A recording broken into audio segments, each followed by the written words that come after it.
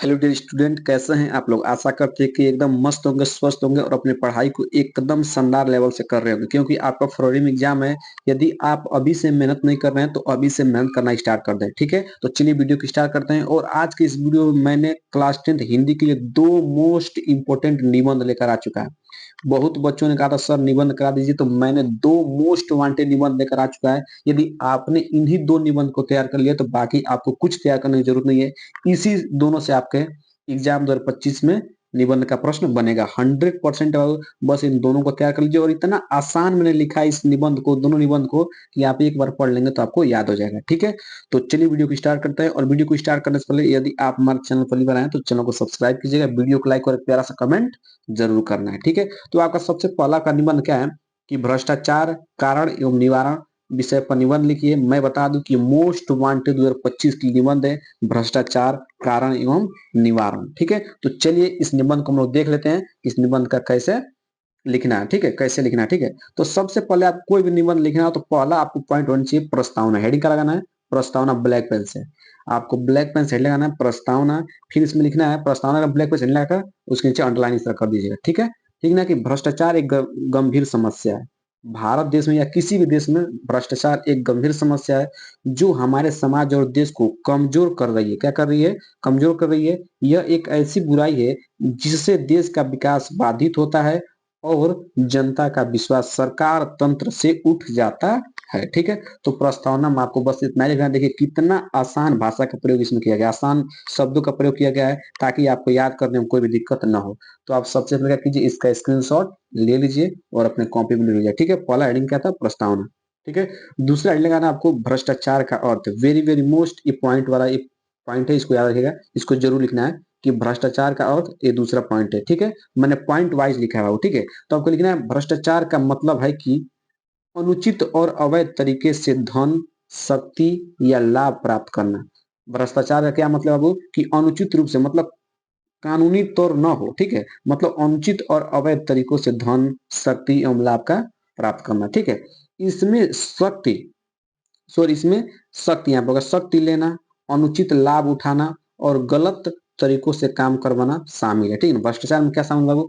अनुचित लाभ उठाना, ठीक है, और गलत तरीकों से काम करवाना या गलत तरीका से धन लेना, ये क्या है? सब भ्रष्टाचार में शामिल है। ठीक है, तो ये आपका दूसरा पॉइंट हो गया। भ्रष्टाचार का अर्थ आपको जरूर एक हेडिंग लिखना है। ठीक है, दूसरा पॉइंट हो गया। ठीक है, और आपको तीसरा पॉइंट लिखना है, ध्यान समझिएगा। तीसरा पॉइंट आपको लिखना है कि भ्रष्टाचार, सॉरी भारत में बढ़ता भ्रष्टाचार। तीसरा पॉइंट आपको लिखना है भारत में बढ़ता भ्रष्टाचार। ठीक है, तो इसमें कि भारत में भ्रष्टाचार बहुत तेजी से बढ़ रही है। जो आपका देश भारत है इसमें जो भ्रष्टाचार है बहुत तेजी से बढ़ रहा है। आप देख रहे हैं कोई भी काम हो रहा है तो उसमें घूस घूस ले रहे हैं। ठीक है, मतलब अवैध तरीका से धन ले रहे हैं। ठीक है, तो भारत में बहुत ज्यादा भ्रष्टाचार बढ़ रही है। ठीक है, सरकारी विभागों में रिश्वतखोरी, क्या लिखा है? रिश्वतखोरी, नौकरियां में घूस देना और ठेकों में धांधली आम हो गई है। ठीक है ना, जैसे मान लो कोई भी नौकरी इसमें लोग बच्चे ले रहे हैं तो उसमें रिश्वत मांग रहा है। ठीक है, नौकरियां में जो नौकरी हो रही है उसमें घूस ले रहा है। ठीक है, ये सब किस एक क्या है? एक धांधली हो गई है। ठीक है, इसका असर गरीब और आम लोगों पर सबसे अधिक पड़ता है। ठीक है, जो भ्रष्टाचार का सबसे अधिक जो असर है किसे पड़ता है? वो गरीब और आम लोगों पर पड़ता है। ठीक है, तो ये आपका तीसरा पॉइंट है, बहुत आसान है। ये आपको तीसरा पॉइंट लिखना है। ठीक है, आपको चौथा पॉइंट में क्या लिखना है? चौथा पॉइंट में आपको लिखना है कि भ्रष्टाचार के कारण, भ्रष्टाचार के कई कारण हो सकते हैं। जैसे अब चौथा पॉइंट को लिखना है, चौथा पॉइंट लिखना है कि भ्रष्टाचार के कारण, फिर उसमें लिखना है कि भ्रष्टाचार के कई कारण हो सकते हैं। भ्रष्टाचार क्या हो सकते हैं बाबू? कई कारण हो सकते हैं। लालच और अनैतिकता।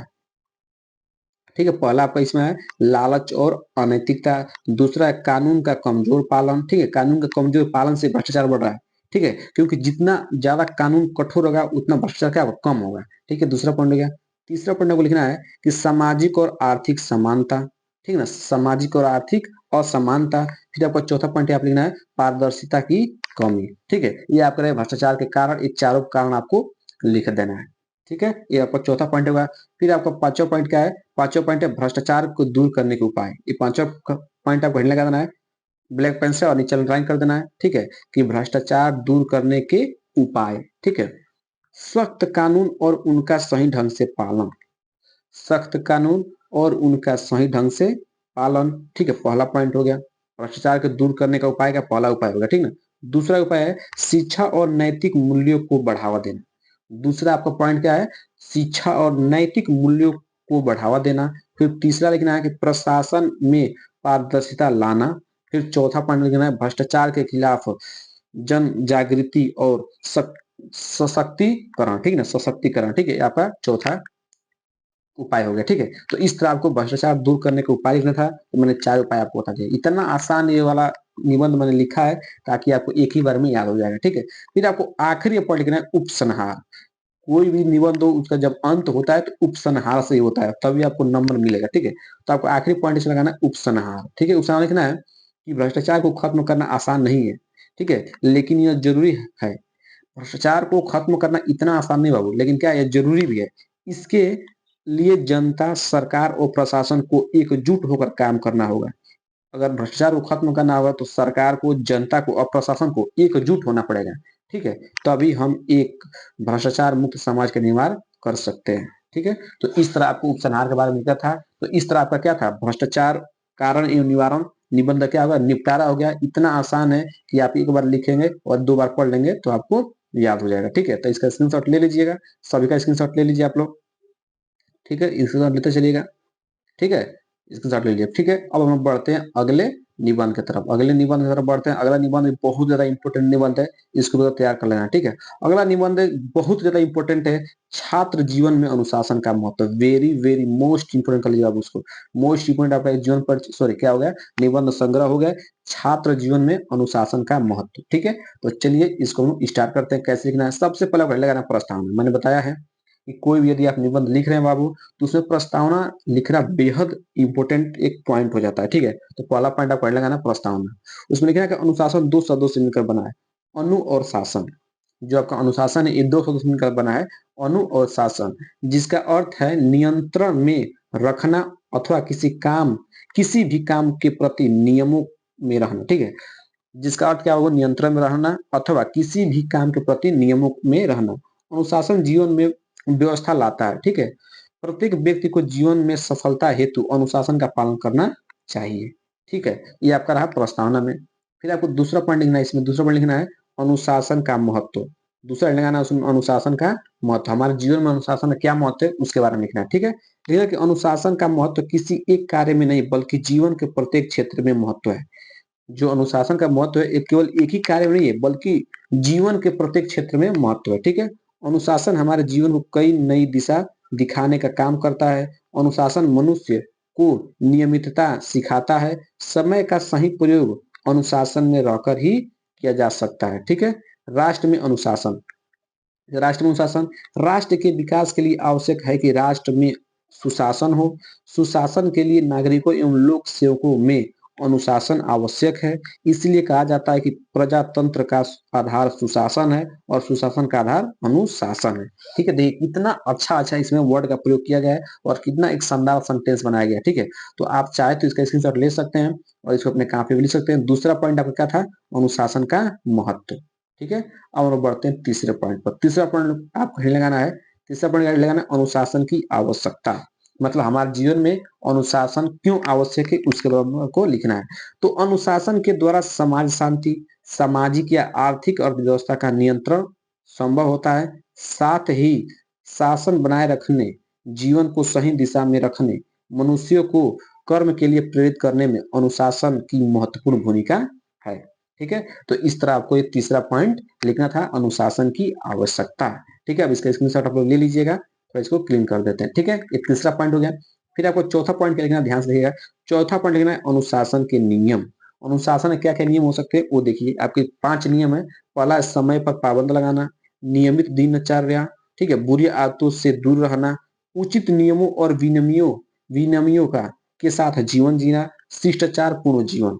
ठीक है, ये आपके 5 पॉइंट हो गए अनुशासन के नियम का। ठीक है, तो आप इसका भी स्क्रीनशॉट ले लीजिए और अपने कॉपी पर लिख लीजिएगा। ठीक है, फिर अगला पॉइंट क्या है, अगला पॉइंट है उपसंहार। क्योंकि कोई भी यदि निबंध अंत होता है तो अंत में क्या लिखना पड़ता है, उपसंहार। यहाँ पर आखिरी पॉइंट है, इसके बाद ये भी जीवन परिचय, सॉरी ये भी निबंध क्या हो जाएगा, खत्म हो जाएगा। ठीक है, इसमें लिखना है कि केवल शिक्षित, जागरूक और अनुशासित युवा ही हमारे देश को उज्जवल भविष्य दे सकते हैं। केवल शिक्षित लोग और जो जागरूक है और अनुशासित जो युवा है वही हमारे देश को क्या करते हैं, उज्जवल भविष्य दे सकते हैं। अतः यह कहना गलत नहीं होगा कि अनुशासन वही सीढ़ी है, वह सीढ़ी है जिसके माध्यम से व्यक्ति अपने जीवन में सफलता की ऊंचाई की ओर चढ़ सकता है। यह व्यक्ति को अपने लक्ष्य की ओर ध्यान केंद्रित करने में मदद करता है और उसे अपने लक्ष्य से भटकने नहीं देता है। ठीक है, तो इस तरह क्या करना था आपको, उपसंहार मिला था। मैंने आपको दो जीवन परिचय कराया, सॉरी दो आपको निबंध करा दिया है। पहला क्या था, पहला क्या था बताइए, पहला आपका था भ्रष्टाचार के बारे में, ठीक है। दूसरा था आपका जीवन का अनुशासन, मतलब छात्र जीवन में अनुशासन, ठीक है। ये दोनों बेहद मोस्ट इंपोर्टेंट आपको क्या थे, निबंध था। इन दोनों का आप तैयार कर लीजिएगा, एक एक का आपने स्क्रीनशॉट लिया भी है, इसको लिखकर एक दो बार पढ़ लीजिएगा, बाकी आपको याद हो जाएगा। ठीक है, तो वीडियो कैसा लगा कमेंट बॉक्स में जरूर बताइएगा। यदि वीडियो अच्छा लगा तो चैनल को सब्सक्राइब कीजिएगा, वीडियो को लाइक कीजिएगा।